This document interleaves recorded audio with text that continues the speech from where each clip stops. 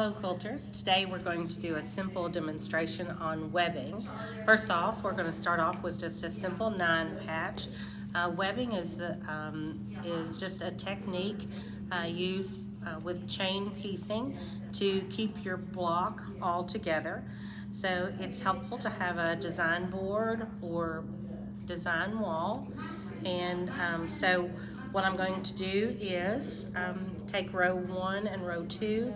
I'm going to, for my chain piecing, I'm going to pull these blocks over,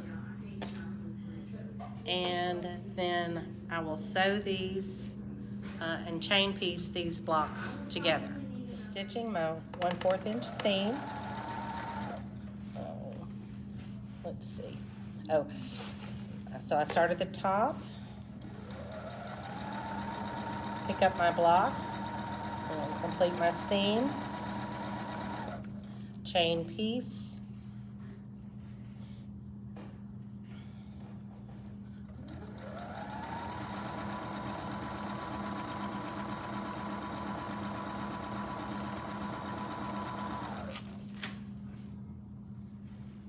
the concept, whether you're doing this for a block or a quilt, is the same.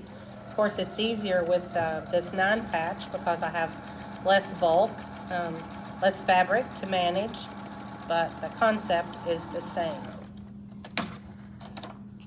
All right. Let's see. So you can see I've kept that chain together.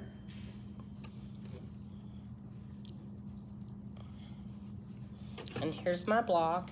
And the webbing, that term is called webbing because it's like you're creating a spider web, or the stitching that's holding these fabrics together. So now I'm just going to do the same thing. I'm going to bring these over and sew.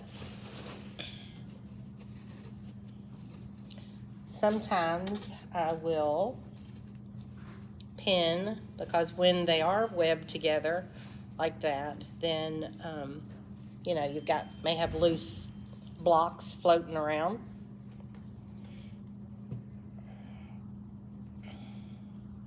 Take a minute to line them up.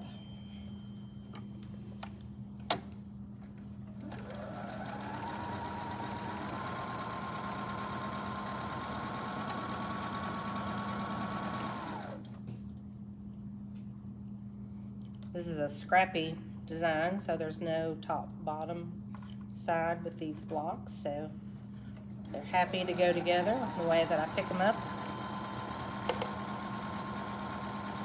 Happy scrappy. And here's the last one that I pinned, just to keep the blocks together.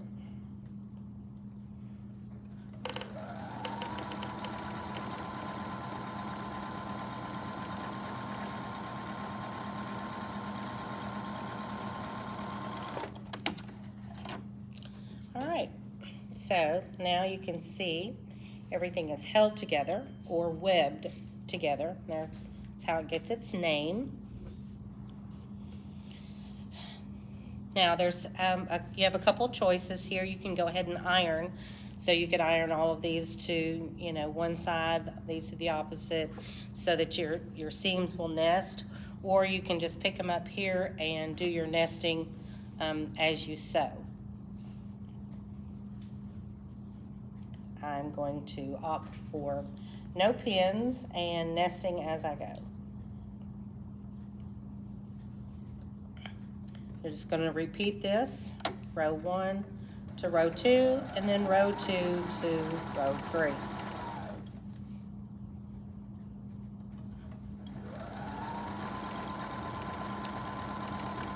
Watching someone sew is kind of like watching paint dry, isn't it? For us sewers.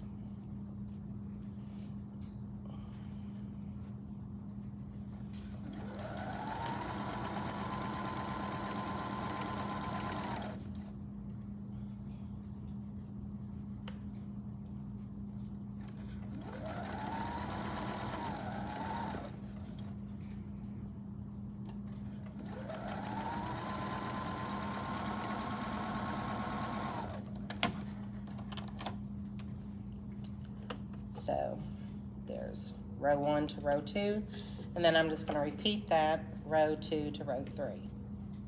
Here. Okay, and here is our completed 9 patch.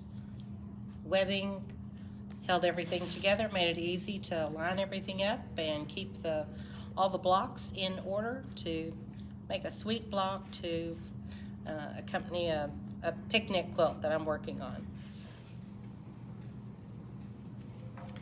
So this is my main project where I'm using the webbing, and I'm doing that on a full-size, or not a full-size quilt. This is for a picnic blanket for a wedding present.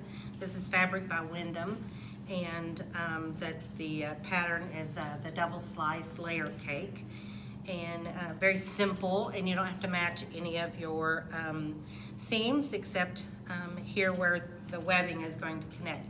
So if you can see how my whole quilt moves, so it's webbed together here, here, here, and all the way down the quilt. So when I started off, just like with when we did the 9 patch, I started off with this on the design wall. So I got my colors where I wanted them and had all the blocks arranged. And then I took and put row 1 over row 2 and sewed all of these and did that chain stitching. So that gives you your webbing that you have. So now we are at the end. This is the last row, and so I will take, here they are, let's see, and because this is where it gets a little more not necessarily challenging, but you have much more that you need to manage.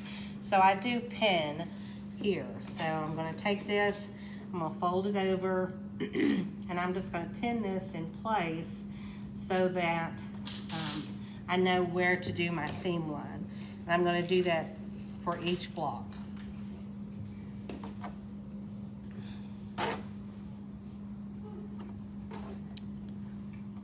Now, for row 1 and row 2, that was easy to manage from the design wall.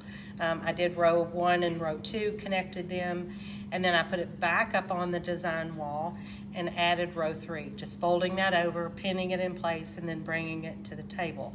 By the time I got to row 4, it was bigger and harder to manage on the design wall, so I laid it out on the table, but I kept all of my blocks on the design wall so I knew the exact order. And then when I was ready, then I went one by one, grabbed a block, pinned it, row 1, block 4, pinned it to my row 1, block 3, and then did that chain piecing.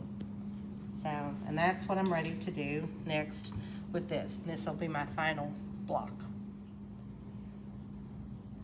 All right, now that all my blocks are added, now it's time to put the rows together. So, doesn't matter, start at the top or bottom, but you see everything is connected. So, just pick a top or bottom, and then you're gonna just start putting your rows together. So as you can tell, you don't need a pin because it's already connected there.